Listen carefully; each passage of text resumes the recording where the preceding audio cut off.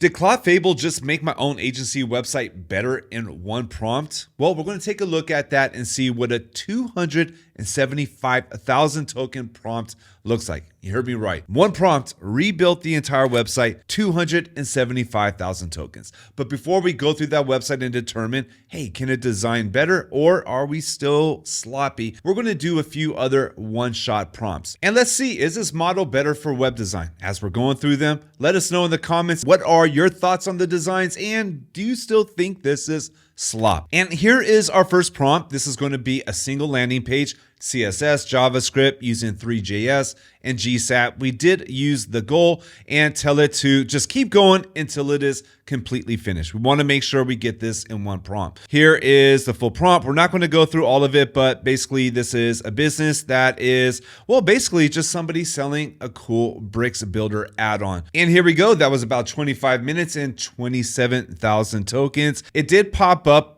during the middle of the build in the preview. I quickly turned it off because I want all three of these to be a first look as we look at them together. So I'm going to open this up on my browser so we can get a first look at it. Okay, right off the bat, I have to say my hopes were very high for this one. I thought this is going to be the one that was going to be super dope. I did give it a really good example website. Like here was the example website, incredibly designed and built template that's inside a Framer. So my expectations were kind of high, especially adding Three.js. And right off the bat, not even scrolling down the page, I get the old Slop vibe. I don't know about you. Let me know. Again, use the comments to let me know. But the font that's being chosen, the colors, and even the Three.js effect, it just feels, I don't know, sloppy, like old, you know? So let's go ahead and just, I guess disappointment sums it up for me right now, but let's go ahead and take a look. Okay, nice widow right there. This drives me crazy, by the way, as a designer when I see this widow text. Okay, this box is cool. Actually, this box is kind of dope, but we could see the slop elements that I guess no matter what, Claude loves to put numbers in things even when it doesn't need it. You know, the line, the all cap eyebrow. Okay, let's take a look. That's okay, but let's see. Okay. What else does that do? Nothing much there. Okay, animated SVG with the GSAP. That's kind of dope. It's got some dope stuff to it. And I was just hoping, I guess, for a little bit more. It didn't follow my instructions all the way. Like I really wanted the lifetime to be the one that stands out. Maybe 2 or 3 more prompts might get this in a really good place. And now on to prompt number 2. Let's go ahead and fire this off. Now for this one, we are going to be adding it to a WordPress website. In order to do it, I did have to do a bit of a setup. First, I had to connect the MCP. For that, I'm using Nova Mirror. Also added Nova Mirror Pro. I wanted to give Claude a better chance, and with Nova Mirror, well, we're going to have some abilities that are going to be built specifically for Elementor. So hopefully that helps it out. And if we go and take a look at our prompt here, you see this prompt before, this is just me connecting everything with the MCP. If we take a look, this is going to be a little bit more simple. We're just going to build one page using Elementor for a plumbing company. We did again give it a URL for a website to use as a reference. I do not have high hopes for this one right here, just because I feel that page builders are built for humans, and usually I see Claude Code and AI stumbling and struggling when it comes to building inside of Elementor. So let's see how this performs. And it's done. That took 21 minutes and 18.5 thousand tokens. Let's go and take a look. I'm a little nervous on this one. Okay, it did create its own page. I wasn't expecting that. Let's go ahead and view it. Okay, actually this one is a pleasant surprise. Now, the example website that I gave it, it wasn't too complicated. I didn't want it to be overwhelmed with anything. Really, the last website was the one I thought was going to be super dope, but it turns out this one created here in Elementor is really kind of a good start right here. I mean, it's very simple, but it's a clean brochure website.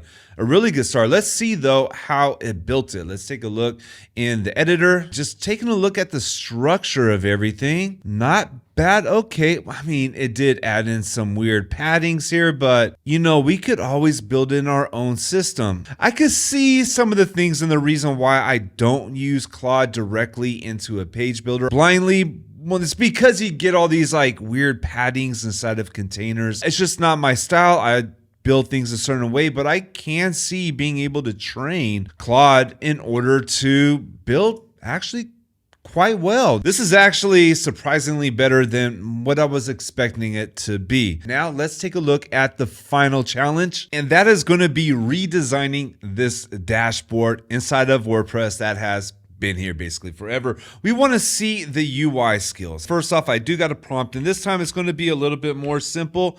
I am going to use this /goal. And for this one, we are going to be creating a Next.js app, but we're not going to do anything crazy that's like really functional. This is just going to be purely UI, and I am going to use a screenshot this time. And let me connect it to a project I already set up. So before I did this, I did set up everything with Next.js inside of Docker, and let's see how it does. Okay, that took a little under 15 minutes and about 13,000 tokens. It was actually the least amount from all of the others. Let's take a look and see what we got.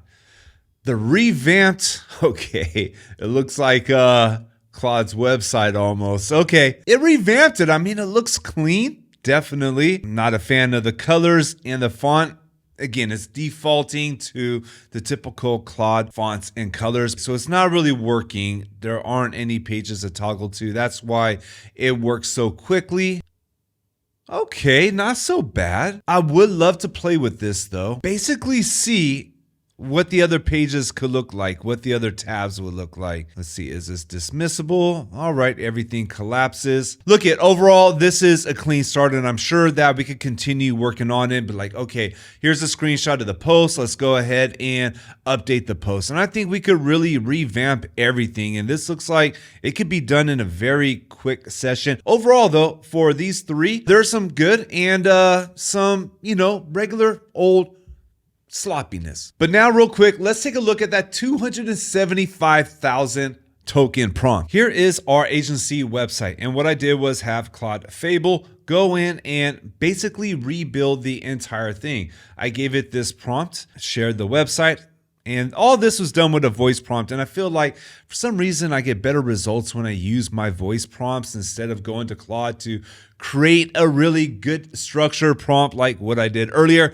But basically I just had it go through everything, use the goal complete, and make sure that it took all the content and images for our existing website, use another website for the design inspiration, and then continue building every single page. And I think that's the reason why the tokens were so high. And here is the result. First off, it was clean.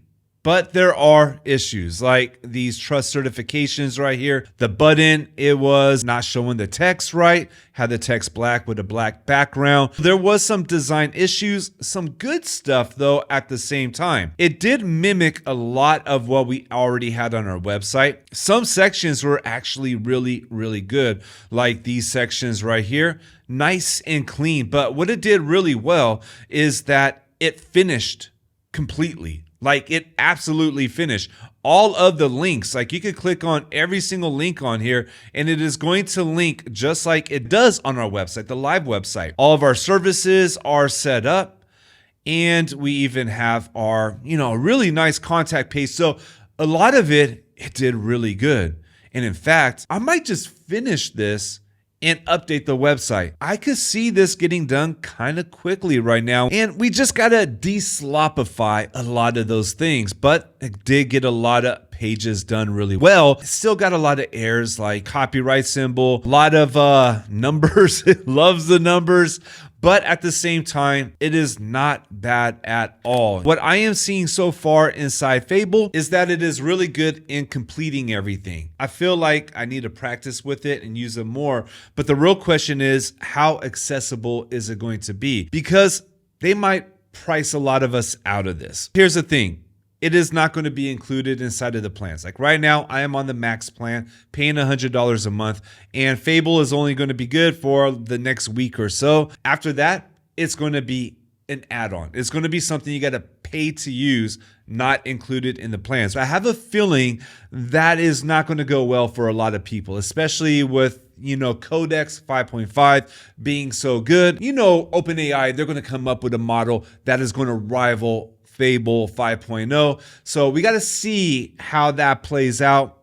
More will be revealed, but this is the first look. Having some fun with it. What do you think? Have you tried it yet? Do you feel or see any differences using Fable 5.0 versus Opus? Would love to hear your thoughts. I hope you have fun with this one. Do you have any questions? Drop them in the comments. If you enjoy this, want to see more, you know the deal. The good YouTube stuff, like and subscribe. Appreciate the support. Thank you for watching. I'll see you in the next one.